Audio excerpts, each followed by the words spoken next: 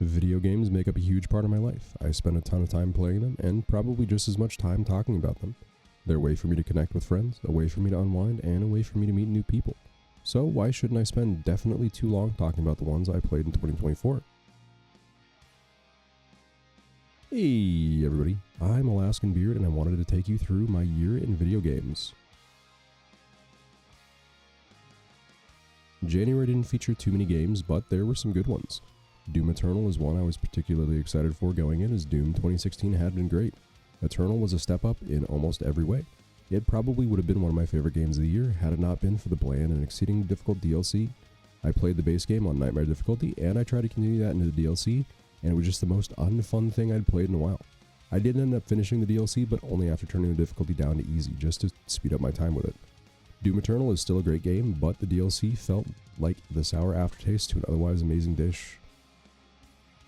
Brotato is January's next game. It's a pretty unique take on the Bullet Heaven formula. It's a game that I'd played quite a bit of off and on, but in January I decided that I wanted to play it in earnest, and play it I did. Over the span of 61 hours I won 100% of the game, and it was genuinely a blast. Since I played last, there's a pretty sizable update that added new characters, weapons, and mechanics, but I haven't had time to go back to it yet. And January's last game was Death's Door, a cute isometric Souls-like and Metroidvania where you play as a bird Grim Reaper. The game is just as cute as it sounds, and it was a blast to play. I don't think it gets a place on any of my top 10 lists or anything, but it was a cute and fun playthrough that had a good story to boot. It ended up being a good way to cap off January. February was another good month for me with some backlogged games as well as a couple things I'd been looking forward to for a while. But the first game was neither of those things. It was Ship of Fools, a co-op roguelike where you, and in my case a friend, sail into the unknown in search of something. Along the way you face perils, meet new faces, some of them even friendly, and fight many a foe. It was a fun game, but it's not one that I stuck with for long. Not for any particular reason, mind you, it's just something that my buddy and I moved on from pretty quickly. Next up in February was Adventure Quest 8-Bit. Adventure Quest, for anyone unfamiliar, was, and still is, an online RPG where you gear up your character and set out to explore the world, meeting people, slaying monsters, and doing quests. Adventure Quest 8-Bit Dungeons Doomknights is a NES-style game billed as a Zeldavania by the creators. It's something I backed on Kickstarter years ago, and while the game came out in 2022 as a ROM file, it wasn't until the game came to Steam this year that I decided to play it. And man, it's a great game. Don't get me wrong, there are obvious limitations, and the game definitely doesn't hold up in the face of most modern games, but for what it is, a NES playable game set in a universe I played in as a kid, it's fantastic. Dungeons Doomknights was definitely a standout for me in 2024. Then there is Neo, a game I was bound to play eventually given my love for Souls-likes, and it didn't disappoint. Well, it mostly didn't disappoint. I liked the core gameplay, the story, and presentation, but there's an ARPG-esque grinding for gear that I just didn't vibe with. I still enjoyed it, don't get me wrong, it just didn't land as solidly as I'd have liked. And to cap off February was Dark Souls 1, except it was randomized. It's something I'd been wanting to do for a while, but I didn't feel like I had the game knowledge. I didn't, and still don't have enough game knowledge to completely play a randomizer, but it was still a blast. I ended up with an oops all Ornstein type of seed that resulted in plenty of deaths throughout, and I actually beat it unintentionally by wrong warping from the DLC to the kiln of the first flame. I have an ever-growing backlog, but I'm hoping to make time for more Souls randomizers in the future. March was overall a pretty quiet month, but it did see the release of one of my favorite games, Rise of the Ronin. I did a couple long streams on release, and I was absolutely enamored with the game. It's from Team Ninja, the developer of Neo, and Ninja Gaiden before that. Rise of the Ronin felt like a beautifully refined continuation of their previous games. It had a fantastic story, fun and engaging combat, and felt experimental in all the right ways. While I doubt it reached its sales targets, releasing the same day as Dragon's Dogma 2 was certainly a decision, I hope it did well enough for Team Ninja to work on another entry. Rise of the Ronin was generally one of the best games I played all year. And that brings us to our next game, which decidedly was not the best game I played all year. Pacific Drive. Don't get me wrong, the game is good, but it's not for me. It's got a lovingly crafted world with fun and inventive mechanics, held together with a decent story, but I just did not enjoy the gameplay loop. I think for the kind of game they were trying to make, choosing not to have combat was a good decision. But that combined with the amount of stress that it induced for me really turned me off of it. And in a shocking turn of events, I played Dark Souls 1 again. this time doing my first ever Soul Level 1 playthrough. It was an absolute blast and helped reaffirm my desire to do more Soul Level 1 and Deathless runs. I know it's rarely people's favorite FromSoft game, but Dark Souls 1 is truly comfort food for me. And off the back of something old comes something new, another Crab's Treasure. This is a less serious but still formidable Souls-like that follows Krill's adventure to get his shell back, and man, it's a great game. Aggro Crab, the developer, showed so much understanding and love for the source material, and it resulted in such a great Souls-like. Elden Ring was a lot of people's entry into the genre, but with another Crab's Treasure, I truly feel like there's a proper beginner-friendly Souls-like to recommend to anyone interested. While it's not my absolute favorite game this year, it's an absolute masterpiece in its own right. And that leaves us with our last game in April, Dark Souls 3 at Soul Level 1. And yeah, this was absolutely punishing. Across about 24 hours of gameplay, I died upwards of 650 times, and I'd be lying if I said it was actually fun. I like to think I'm decent at games in general, and at Souls-likes, but my lack of experience in DS3 before this run made it absolutely brutal. Unlike Dark Souls 1, there's so little room for error, and in a game that I don't have a ton of experience with, it made for an unpleasant experience. My Dark Souls 3 playthrough extended into May some, which made it a bit of a lighter month, but there were still some significant releases, like Helldivers 2, the game that took the world and me by storm. It was my second most played game of the year, actually, clocking in at around 114 hours exclusively in May. While I'm not sure if I'll revisit it, the fun and chaos it managed to create is second to none, and Arrowhead created a great game despite Sony's attempt to take the wind out of their sails. Next up in May was V Rising, a vampire ARPG city building type game that released into 1.0 in May. I came nowhere near beating it, but the 20 or so hours I played were fun nonetheless. I think some of the restrictions around building hampered the experience, and a lot of the combat felt more like a DPS check or a lock and key type of fight where you couldn't win unless you had a resistance to X, Y, or Z. But obtuse mechanics can't stop a co-op game from being fun if you're actually playing with friends, and I still had a good time. This is one I'd like to revisit in the future though, as the 1.0 release rendered every mod unusable, and I think a modded playthrough could have assuaged some of the game's shortcomings for me.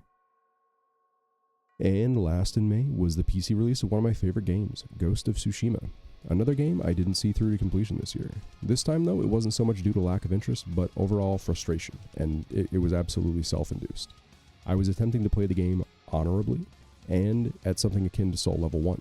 The honorable portion meant that I wasn't using stealth in any form unless the game forced me to, choosing to run headlong into every encounter, which, if you're not aware, that is absolutely not how the game is meant to be played.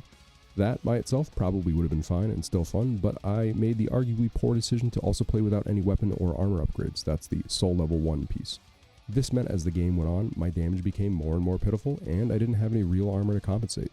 This is yet another run I'd like to come back to, though I think it's probably one I'd pick up offline. While I think it would be entertaining to watch as a challenge run video, I don't know that it's fun to watch on stream. And with that, we're in June, and it brought with it another surprise hit in 9 Souls. Red Candle Games, despite being a developer with only one other game under their belt, managed to create an incredible fusion of Metroidvania and Sekiro. 9 Souls is full of beautiful art, a deep, compelling, and dark story, and has great combat. This is one of the many games I found through Iron Pineapple, and it's again one of the best games I played all year. I hope Red Candle releases DLC or ends up working on another entry. Metroidvanias and Souls-likes are probably my 2 favorite genres, and having them paired like this was an absolute treat. That brings us to the next game, which despite much higher expectations than the last one, managed to hit the mark. Hades 2 is Supergiant's first ever sequel, and despite being in early access still, managed to deliver a great experience. I'm not big on early access games in general, so I didn't really explore everything Hades 2 had to offer, but the 3-ish hours I played were great, and more than anything made me think I should probably go back and play Hades 1.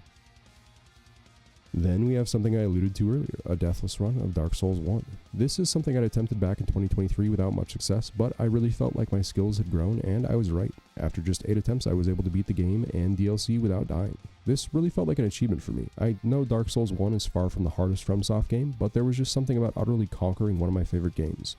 I've taken a bit of a break from FromSoft games since this run, but one day I plan on finishing the Dark Souls trilogy without dying.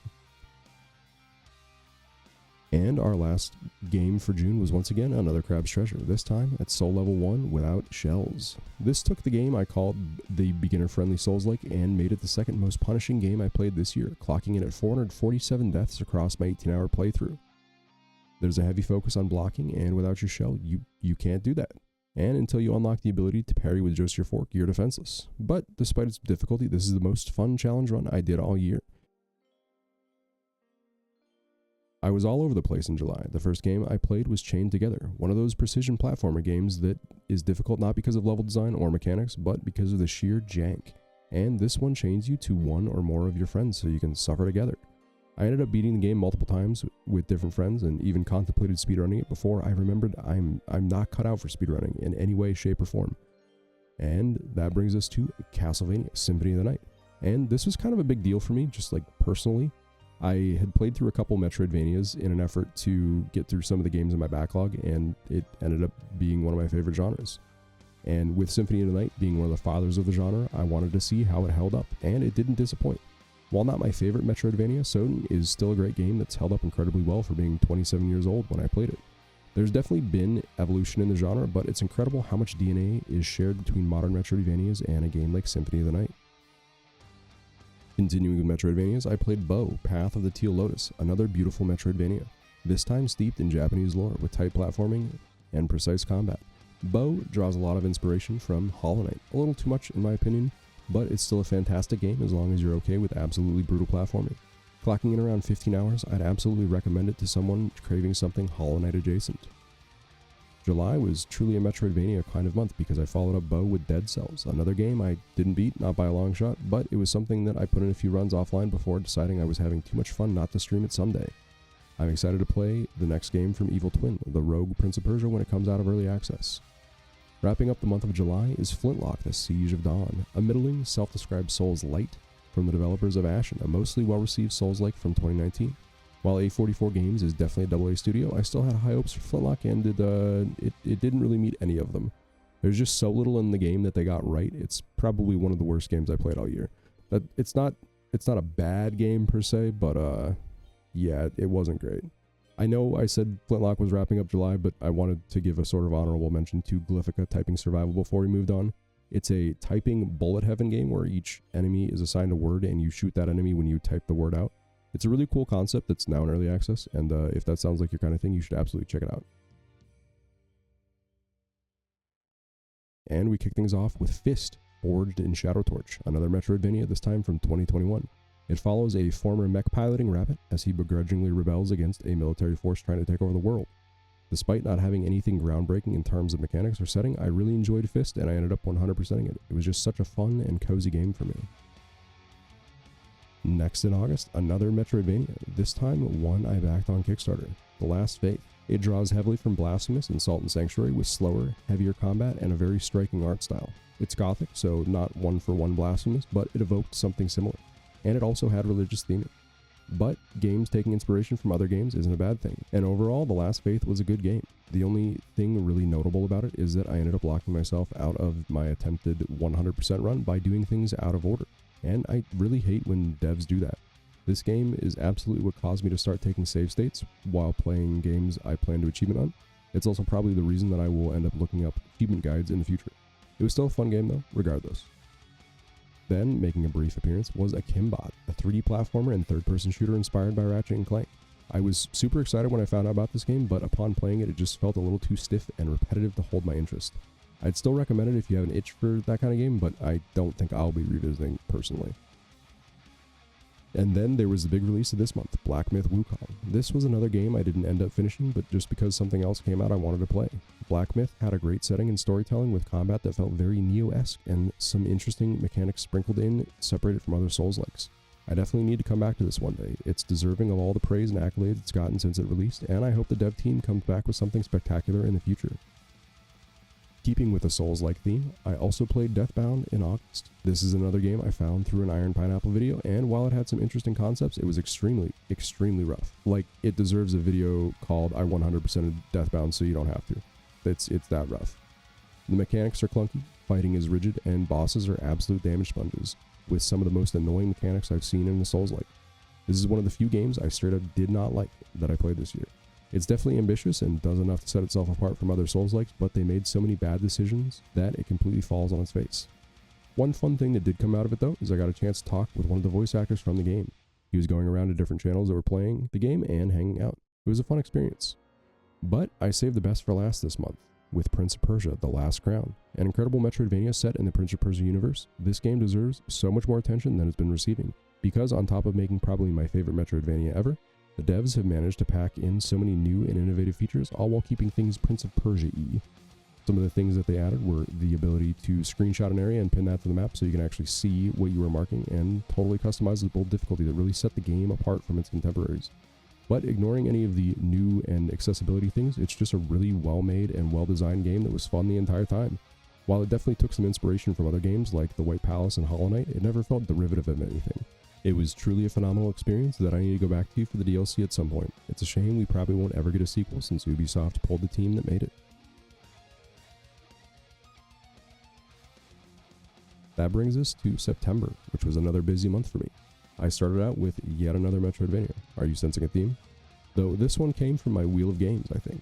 It was The Mummy Demastered, a game made in partnership with Universal to promote the Mummy reboot that was supposed to kickstart a franchise of monster movies and games. And while that franchise didn't pan out, we at least got a competent game out of it. The Mummy Demastered is a rare 2D shooter Metroidvania, which I think is what helped separate it from other Metroidvanias for me. And while it wasn't my favorite of the year, or of all time, being a bit short and a little rigid, it was still a great time, and it was good enough that I 100%ed it. Then we have a handful of games I chose randomly using a wheel that I kind of bounced off of. First was Bloodstained Curse of the Moon, the 8-bit spin-off of Bloodstained Ritual of the Night. It was just a little too old-school brutal for me. Second was Snake Pass, a kind of physics platformer where you control different aspects of a snake. Kind of think Quap, but not made to be frustrating. It seemed well made, but it was just not my kind of game. Third is actually one I put a bit of time into, but ultimately got bored with, Ziggurat 2. It's a totally competent boomer shooter, but it just got boring after a few hours. And last is Bit Dungeons 2. While I did end up 100%ing this one and had a good time doing so, it was only a 2-hour experience, so it doesn't get its own section. And then moving on from Rapid Fire, the next game that took some time was Blasphemous 2. This is another one I was really looking forward to. Blasphemous 1 is one of my first Metroidvanias, and Blasphemous 2 ended up being a great sequel. While it still has a few rough edges, I don't have any negative feedback about it. It's just a really competent game with strong theming that was a blast to play through. I did try to 100% the game, and while I technically got all the achievements, it was so close to the release of the DLC that Steam didn't think it did. So I'll have to come back at some point to finish the DLC and get the true 100%. We're only halfway through the month at this point, by the way. I wasn't kidding when I said it was busy. Next is another release I was excited for, but one that ultimately fell a little flat for me, Anotria, The Last Song. Anotria is an Italian Souls-like with beautiful vistas and some interesting mechanics, like some of your abilities being tied to your gear that you primarily get by farming shards from common enemies or that you get in whole from bosses. Overall, the game was fun. I enjoyed the combat for the most part, the story was good, and as I said, it looks incredible. Some areas, including the final boss, just fell very flat for me. Like, they weren't easy to navigate or fun to explore, and I don't mean like purposefully obtuse like a Miyazaki swamp. They just felt like they were badly designed or maybe rushed. It was a bit disappointing considering I was hoping for something similar to Lies of P with a strong story and setting and very competent mechanics, and we got kind of partway there. And now the last game I streamed in the month, but far from the last that I played, Halls of Torment. This is a game that had been on my radar for a long time, and one I'd played a bit in early access, but it would finally release in 1.0 this month. Halls of Torment is a Diablo-themed bullet heaven, and it's incredibly well made. I started out with the intent to 100% the game, which is no mean feat, considering there are 500 Steam achievements. Unfortunately, I only got through 267 of them before I had to start Horror Month, but I will absolutely go back one day. I can't say Halls of Torment was my favorite game of the year, but I will say to date that it's my favorite bullet heaven. And if you're looking for a game to get into the genre, it should absolutely be Halls of Torment or Vampire Survivors. That wraps up the games I streamed in September, but there were also some offline games. First up is Satisfactory. Having recently hit 1.0, I did a full playthrough with some IRL friends, and it was a blast. I'm not so much for factory and automation games, but Satisfactory blended exploration so well into the experience that I could just take off and go slug hunting for an hour if I was feeling bored at the factory, and that gameplay loop really struck a chord with me. I highly recommend either co-op or solo. Then, another bullet heaven, Bounty of One. Earlier in the year, I'd been playing Brotato as my sort of reward between tasks. It's an ADHD thing for me. And I realized I'd been missing a game like that, one with more or less timed runs that I can easily pick up and put down, and Bounty of One fit the bill. While it's definitely not my favorite bullet heaven, it's still fun, and it's a unique take on the genre. I'm far from completing it, but I'll probably keep playing it here and there until I've 100%ed it, just like Brotato. I don't have a better place to put it because I'm not really going to talk about it as a whole, but I did also play a good amount of the Call of Duty beta in September as well. And with that, we're at the last game of the month, Halo: The Master Chief Collection. It's more of a multi-part game though, since MCC is actually 6 games in one, but in September I only played 2 of them. A buddy and I beat Halo 2 on Legendary, which was an absolutely brutal experience for both of us, and then we started Halo 3. The remaster of Halo 2 is honestly one of the best things that 343 did during their tenure as the Halo developer. That game, not remastered, holds up so well, but the remaster did such a great job modernizing it and staying true to the feel of the OG game when making new textures. We still haven't finished Halo 3, but we will, even if I have to kidnap my friend and chain him to a desk with a gaming laptop. And for legal reasons, that is a joke, not an actual threat. Thank you. That wraps up September and brings us to my first and maybe only horror month. In October, I wanted to do a few things different from normal. The first is that I wanted to play exclusively horror games. And it turns out that while I do truly enjoy horror in games, I don't typically enjoy horror games. There are absolutely horror games that are incredible, like Dead Space, but in general, I don't think I vibe with most horror games because of the genres that they're in. The second different thing I wanted to do in October was to try and stream every day in the month. And while I'm no stranger to working long stretches without days off, I even enjoy it on occasion, trying to stream every day on top of working a more than full-time job was rough. And shoutouts to my wife for being so supportive. She picked up the slack around the house and was so encouraging both to stream every day and to take a break when I ended up getting sick. She's a real one. But even with her support, I only managed to stream from the 1st to the 13th before taking a 3-day break. Unsurprisingly, I ended up getting sick and took those days off to rest. Throughout the rest of the month, I only missed 2 more days. One was to go to a birthday party, and one I just needed a day off. All in all, I'm happy I attempted it, but I'll probably not try daily streaming again unless it somehow became my full-time job. And really, I just wanted to kind of experience it and see what it might be like. There are people that stream, mostly full-time or like thousands of hours a year and still manage to work a full-time job, but I am not going to be one of them, unfortunately. That's a lot of talk about streaming in a game recap video though, so let's get back to it. The first game of the month was the Dead Space remake, and man, what a way to start the month. This was everything a remake should be. Better graphics, a little polishing of the rough edges, and just absolute respect for the source material. It's devastating that it didn't perform well enough for EA to greenlight a Dead Space 2 remaster as well. Seriously, I can't say enough about this game. If you've never played Dead Space, please play the remake. If you've played Dead Space, please play the remake. This game deserves so much more attention and praise than it got. Despite starting out on such a high note, though, October wasn't all downhill. The next game I played was Silent Hill 1, and again, what an incredible game. Obviously, I have to look at things in perspective. This was a 25-year-old game for a console that didn't even have analog controls for its whole life cycle, but taking all that into account, Silent Hill 1 is one of my favorite games of all time. It just had such fun gameplay, genuine intrigue, great storytelling with likable characters, and it was just overall a unique experience I don't think I've had in any other game. That experience wouldn't stay unique for long though, as the next game of the month was the newly released Silent Hill 2 remake. I honestly don't think I have the right words to convey how good this remake is. I admittedly haven't played the original, so I can only personally speak to its quality in a bit of a vacuum, but my only criticism of the game is its lackluster performance. Something that can be fixed. The setting, story, gameplay, and voice acting are all world class. Silent Hill 1 was one of my favorite games this year, and it paled in comparison to this remake. I've never been made a fan of a franchise so wholly and so quickly as I was Silent Hill. Okay, surely, now it must be all downhill from here, right?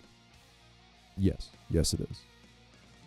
Next in October's lineup was Alien Isolation, and this is where I realized I'm just not made for a lot of horror games. I recognize I am absolutely the problem, but I really disliked Alien Isolation. The intro, up until you really have to deal with the alien, was fine, even fun at times.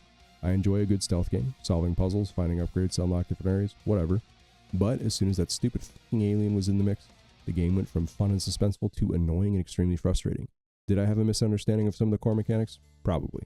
Did I Alt F4 the game after the alien pulled me out of a cart I was hiding in for the 5th time? Yes, absolutely. I didn't know what the game wanted from me, and as a player, that's one of the most frustrating feelings.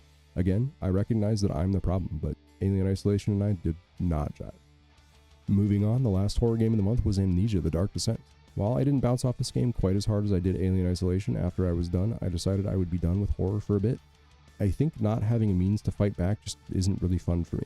I recognize it's a deliberate design choice meant to evoke fear in players, but more than anything it just frustrates me. That's not all on Amnesia though. It's a good game that told an interesting story, but by the time that I beat it, I was glad to be moving on. And with Stalker 2 right around the corner, I decided I would jump into that series to finish up the month, starting with Shadow of Chernobyl. It's hopefully no secret that immersive sims are my favorite genre. The System Shock remake is one of the best games I've played, and it's one of the fathers of the genre. But if System Shock is one of the fathers, Stalker is the eccentric uncle that bought you alcohol when you were growing up. The series, right from the start, is just a no-rails, absolutely crazy experience, and I loved every second of it. The story is fun, the gunplay is serviceable, but more than anything, the world is just immersive. I know I should probably find a better word, but that's what it is. I just got so caught up and enthralled with everything going on around me that playing through the story just felt secondary to experiencing the game. That brings us to the second game in the series, Stalker: Clear Sky. This one I didn't enjoy as much. I just couldn't quite get into the faction system, and I ultimately ended up moving on after playing it for a few hours. I'll probably go back to it at some point, but coming off of Shadow of Chernobyl, it just didn't scratch that same itch. The first game in November was Stalker: Call of Pripyat. And this is what I wanted Clear Sky to be. This felt like such a perfect continuation of the gameplay and story while being a totally different and unique experience at the same time. Felt like they really learned from their time making Clear Sky and managed to grind just a little of that into Call of Pripyat in the form of random events and squad-based missions. It really helped to take the already immersive world of Shadow of Chernobyl and make it feel more alive. And on top of that, the story is head and shoulders the best in the series so far. These games absolutely stand the test time, and I highly recommend them as long as you don't mind some jank in your games. They are, after all, a part of a larger genre people refer to as Eurojank. I still had time to kill until Stalker 2 released, and it's safe to say that for a few weeks I was addicted to Call of Duty Black Ops 6. It's not a perfect measure since it includes some of the beta time, but over the course of the month I played almost 200 hours. That averages out to like 6 hours a day. I don't know if I can recommend the game to everyone, but as a casual shooter fan, this year's COD absolutely scratched the itch and then some.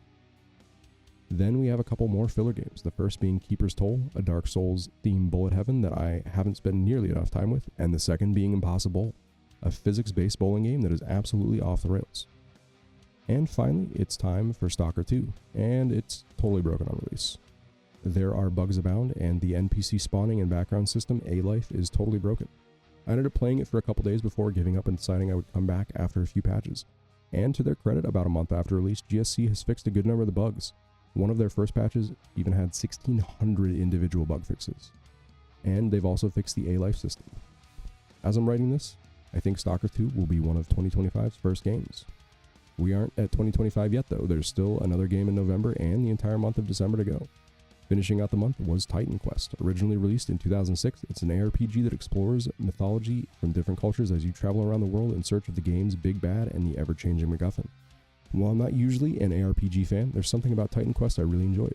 I didn't end up finishing the game for reasons you'll learn about in December, but the 25 hours I have in the game so far were relaxing and enjoyable. The game is pretty simple as far as ARPGs go, but there was enough depth to keep me playing, clearly. I'll probably revisit this one sometime in 2025 just to finish out the main story. On to December. Probably the month with the least games this year. We kick things off with Path of Exile 2. It released in early access this month, and while I typically shy away from early access, PoE 2 is just something I wanted to play through offline to get a feel for. I'd been interested in PoE 1, but it always seemed so daunting to jump into, so I figured PoE 2 would be a better jumping off point. I've only finished Act 1, both solo and with a buddy, but it's been a blast so far. I'll definitely be playing more of this in 2025 as well. Next up in December is Legacy of Kain, Soul Reaver 1 and 2 Remastered, an absolute mouthful of a game title. I won't say much about this as I have a dedicated video on the channel about it, but I played the first few hours of each of the games as a preview for the video I wanted to make. It's on the list of my games to play all the way through, but we all know how that goes. And finally, the last game I played in 2024 was Indiana Jones and the Great Circle. I rolled credits on my 100% run of the game at 11 PM on December 31st. You can't get much more last game of the year than that. Overall, this was a great game that manages to capture the heart and soul of Indiana Jones and wrap it in a fun, open-world, collectathon adventure.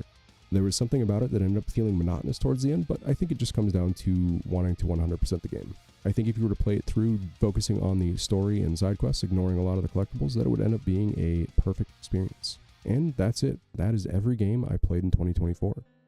I'd originally planned to reflect on the year overall at the end of the video, but I think I probably prattled on long enough at this point, so I'll wrap it up by saying that 2024 was a good year for me, and I hope it was for you as well. Even if it wasn't though, tomorrow is always a different day, and likewise, 2025 is a different year from 2024. If you had or are having a rough time, just know it can get better, and every new day brings with it new possibilities. I've been AlaskanBeard. I hope 2025 was a great year for you and yours, and I hope to see you again before long.